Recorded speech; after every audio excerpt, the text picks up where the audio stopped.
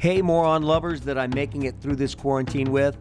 Welcome to another episode of The Modern Moron. I have to tell you, life is not that different for this moron, as I'm kind of a hermit to start with, so I'm more concerned about you than I am me. In this episode, we wrap up our upbeat conversation with my friend Susan Yeagley, who again plays Jessica Wick on NBC's Parks and Recreation. Except my daughter tells me you're supposed to say Parks and Rec, not Recreation, because no one says that, Dad. Susan and I do some catching up, and she really has been through some stuff called life, including a hysterectomy that she rattles off like she's reading a grocery list. And her attitude is so positive that she insists that us folks over 50 have our best years ahead of us. Yes, you have the right podcast. We're just not normally so optimistic. After I chat with Susan, I'll catch you up on a couple of gems from our president/surgeon general, who is ready to open America for business, in his words, very soon. I hate it when he gets so detailed like that.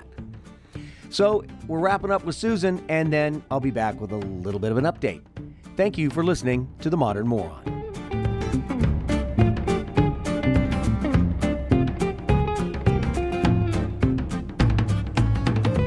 Yeah, I guess there's really now, it's the Wild West. I mean, anybody can run for anything. Yeah. What about city council? I can do that. There you go. I believe you could. One thing I do enjoy is when people will bring just my girlfriends and, all the people we know, like Julie or all of Cheryl or all of my friends. If they bring a dilemma to me, I love to give them my opinion. I feel that is something I enjoy doing, is going, oh, no, this is what you have to do. You have to do this. And looking back at that girl 20 years ago, was she that opinionated and felt confident enough to express those opinions, do you think? Hell to the no. I was going to say. No, she was just sweet and didn't want to ruffle feathers and wanted to fit in her box and just wanted to make sure that I didn't anger anybody. No, I was so... Is fragile a decent word? That's a decent word. Green comes to mind. Naive, all those things. I was in my 20s. I hadn't been kind of banged up by life yet, right? And all these things that have happened. I guess just been in 2 emergency plane landings. I was hit by a truck. Yeah, I had a list of things I guess that have happened in the past 22 years.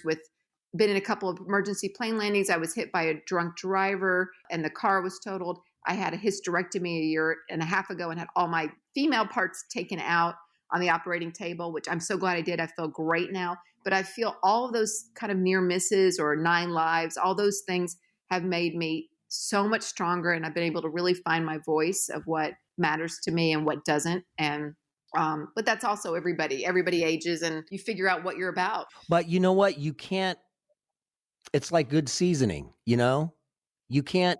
Yeah. And I think I mentioned that to your friend at the party that she's just now going into the Sunday company. Yeah. I said to her, as a writer in your 20s, you've got how much adult life to draw on for your writing experiences and character development. Whereas she's going in a little bit later in life, she's got this rich life experience to draw upon. And you have to look at that as an asset, not, in Hollywood and everywhere. Everybody's so tuned into, are you in that demographic, 18 to 35? And like you don't have something to offer if you're not in that demographic, and you absolutely do. You have so much more to offer. And I mean, I have a girlfriend, an actress friend of mine, and she said to me, she goes, you know what? I'm going to win an Oscar in my 80s. She said, right now I'm in my 40s. I'm raising kids. I'm doing this. But in my 80s, that's when I'm going to do the big career thing. And I go, wow, why don't we shift the paradigm? How about we see as we get older, we're getting more valuable, more golden, more rich. And my friend who's awesome and going into the Sunday company, can you imagine the characters she's going to be able to bring to that stage? That's what I told her. Oh my God. She's a mom. She's got a 16, 17-year-old. She's got a 13-year-old. She's worked at Vanity Fair as a writer. She's involved in the community. She's got such a life that it's just going to get better and better. So the fact that people in Hollywood cut you off at 30 because you can't fit into a Baywatch bikini is ridiculous. Oh, go, right? Girl. You go, girl. It's ridiculous because people are just getting better. And that's we've got to kind of expand and say, we're going to all live to be 100. And yeah, you can do your career in parts. Like right now, this season seems to be about being with, yeah, I've had fun guest star stuff and, fun roles and TV stuff. But I still believe in my heart of hearts that the best is yet to come, and that when my son's up at college, there's going to be a lot more time to focus on all the other stuff. And let me challenge you on something. Yeah. You mentioned that was great about, we're too focused on fitting into a Baywatch bikini, and you've got more to offer as an actor, as whatever your profession is. However, I'd like to know how much effort and work you have to put into this. You do not, and I can get anyone to agree with me, you do not look 49. I can't believe you're 49 years old. You look like you're in your maybe mid 30s. Oh my gosh. Thank you. But do you have to work at that? I mean, no one would argue that you are not beautiful by any standard, I would say. Ah, that's so nice. Let's end the podcast right now. Okay, everybody, let's shut this down and go have a nap, have a nice burrito. And that's our show for today. And I'm going to go break some china against your wall. But you do have beauty. And how do you, I don't know, can you address that in some way? I just brought it up because. What do I do? Well, I would say I do an hour a day of something physical. Right. So for us living up on this mountain and where we live, we do hikes. So an hour a day of just doing something, walking, dancing. So you are quite the dancer. I found that out at your birthday party. I didn't know you. Oh, I like doing a little Tennessee clogging. I'm not against that because it's so dumb and fun. I guess my challenging question to you is, someone could say, oh, that's easy for you to say that, we get better as we age. You've aged perfectly. What about those of us who have gravity to deal with, and we're all sagging? We've got our turkey waddles under our chins, and things are heading south that shouldn't be heading south, and you're sitting there looking gorgeous. Well, you're sweet, and I didn't see any turkey gobble when you were at my house a couple of weeks ago at all. Look, everyone's going to get older. Things are going to sag. Things are going to not be the same, and then we just embrace whatever that is, and we're going to take the best care of ourselves as we all possibly can with getting sleep, eat. We all know what to eat at this point in 2020. We know not to wake up and eat 10 donuts. I mean, people know what to do. Donuts. We do the best we can, and we're going to age, but it's just accepting that. But I was influenced the most in terms of aging by a woman I saw in Paris last summer. She was what you would say ageless. I don't know if she was 50. Mm-hmm. I don't know if she was 83. Mm-hmm. But she had this long silver blondish hair, and she was just always kind of dancing. And it sounds like she was a crazy person, but she was so interesting because she was full of life and she was excited about things. And she just had this French way of being just sexy. She was sexy as hell, just happy. And that's how I want to do the aging thing, is she just was happy. She would walk into a room dancing and smiling and made everybody feel great about themselves. And I said, wow, that is a role model for me. I didn't see that in our American kind of corporate culture. You don't go into a real estate meeting and see people wearing, long skirts and beads and dancing, but it sure is pretty youthful looking. And it was exciting. And it takes some bravery. Well, maybe it doesn't take as much bravery in France in that culture, but that would take a bravery like wearing a complete bumblebee costume to the grocery store. Right. You're a lot braver now. Right. And you have much more courage now than that girl 20 years ago. Oh, absolutely. I would never have worn a bumblebee costume to Air One or Whole Foods in 1998. I wouldn't have. No, I would have worn a long Laura Ashley dress with puffy sleeves and flowers on it, with a nice ballet slipper. Wow. And I would have made sure to bring a nice purse with my monogram on it. Oh my God, this has been I have enough for an episode. Oh, great. Okay, super. And we'll have to come up with a nickname for you. You can be completely anonymous on this show if you want. We can give you a nickname. I can bleep out names, or if you want me to say, the guest is Susan Yeagley, and she is all that. That's really interesting that you give people the ability to not have their name, but. Yes. And the first thing I said on the last week's episode is that this is not a place to go for coronavirus information. It's not, don't trust. And one thing I always push on this show is check your news source and double check and cross check. Don't go one place. If you're just going to Fox News or just going to CNN for your news, you're not getting a very good, a well-rounded news education. No, you're not. And you need to also boots on the ground. I mean, I'm telling you, the moms and dads, these text messages from moms and dads that have friends at hospitals and people, everybody knows someone who's an ER doctor. Those are, man, boots on the ground. That is a great source too. Right. Yeah. People are actually working with patients right now and knowing what's happening. That's been very calming for me, is to know, as someone told me yesterday, hey, don't worry, there's not going to be a food shortage. This thing is not going to, we're not going to all get out of toilet paper. We're not going to be out of chicken, you know? I took a bunch of pictures because I just went to the grocery store this morning just to get some bread, milk, that kind of thing. No bread, no milk, no dog food, no dairy. Jeez. It was just ridiculous. Like, what do you think the supply chain is going to stay open? You know, it's finding those little places. Someone told me yesterday that when this all started, they tried to find unusual places. So they went to janitor.com and got toilet paper on the website. She's been going to 7-Eleven. She says there's nobody in there and they have everything you could possibly need. That's what I was saying. Like 7-Eleven, these little tiny mini markets and little, you know, when you go to get gas and you go in, I mean, there's toilet paper there. And eggs. Usually they'll have eggs at 7-Eleven. They'll have a refrigerator. Are you ordering groceries online yet? What I've been doing is throwing on that bumblebee costume and going to Air One in the Palisades. So if you see a buzzing bee, it's Susan Yeagley. That's me. That's Susan Yeagley.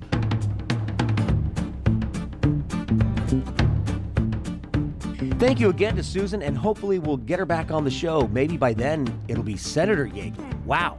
Then we would have 2 senators. Only one of them would really be a senator. So our president, who should have been a doctor, had this to say a couple of days ago. We cannot let the cure be worse than the problem itself. This is not a country that was built for this. It was not built to be shut down. At the end of the 15-day period, we'll make a decision as to which way we want to go, where we want to go, the timing, and essentially we're referring to the timing of the opening. Essentially, the opening of our country. The opening of our country. He makes it sound like we're opening a mall. Isn't that fun? I believe, and this is coming from a moron, that businesses that have been shut down have done so at the request of state governors, not federally mandated. So I think we may need to hold off on the ribbon cutting of the new Mall of America for a while. But he wants Easter. Easter is his date. So suddenly Easter is so special to him, which is April 12th this year, the second Sunday of April. And I don't hear a lot of support for that estimate by any medical professionals other than him. My uncle was a professor. Not that we should be listening to them right now. Am I right? Come on, up top. High five. You have almost 160 million jobs in this country now, the most ever, by far. By far the most ever. The number of jobs, almost 160 million. So we can't turn that off and think it's going to be wonderful. There'll be tremendous repercussions. There will be a tremendous death. Stalks you at every turn. From that. Death. You know, you're talking about death. Just so we're clear, are we talking about death? Are we talking about... what do you say to that? What do you say to that? It's okay to have death from a virus that causes death, but we don't want to have death that is from the economy that could take months, weeks, years. And by the way, isn't this, whatever downturn there is in the economy, can't we kind of predict that it will end as this virus, the curve of the virus flattens out? Again, this is a moron's perspective, and that's why I named the show that way, okay? Please don't think I'm just bagging on Trump, because in the House and Senate, they're trying to pass a stimulus package, and Democratic Chuck Schumer said this. We Democrats are trying to get things done, not making partisan speech after partisan speech. Leader McConnell continues to set arbitrary vote deadlines when the matter of real importance is the status of the bipartisan negotiations. Hey, Chucky. When you start off your speech with "we Democrats" and then you pat yourself on the back and then literally point across the aisle and talk about other people making partisan speeches, you are, in that moment, making a partisan speech. You hypocrite. Don't you get you're being part of the problem right there and not part of the solution? Jesus Christ. And then my favorite, and Bugs Bunny's favorite too, little Mitch McConnell, the tortoise, responded with this. For days now, we've been engaged in intense bipartisan talks to build emergency relief legislation on an historic scale. But yesterday, when the time came to vote on these urgent measures, our Democratic colleagues chose to block it. Yeah, sure. Mitch McConnell. Yeah, I came out on my tortoise show and all of a sudden everybody was sick. Who needs reality TV with these idiots? See, now I'm all worked up, and all that wonderful good karma that Susan brought to the show has been flushed down the toilet by me. So, despite the nasty backbites, as of this recording, the House and Senate have agreed on a stimulus package, or whatever they're calling it, and it could result in something to the effect of a $1,200 check to you and me. I'm not sure what I'm going to spend it on, as I'm not consuming all that much these days. How about you? Also, I said earlier that I was more concerned about you, but doesn't it make sense that I would snap way before you even come close? I went to the grocery store this morning just to get a loaf of bread and a package of chicken that I was unable to get yesterday. Nothing available. No paper products. And mind you, I was there before 7 a.m.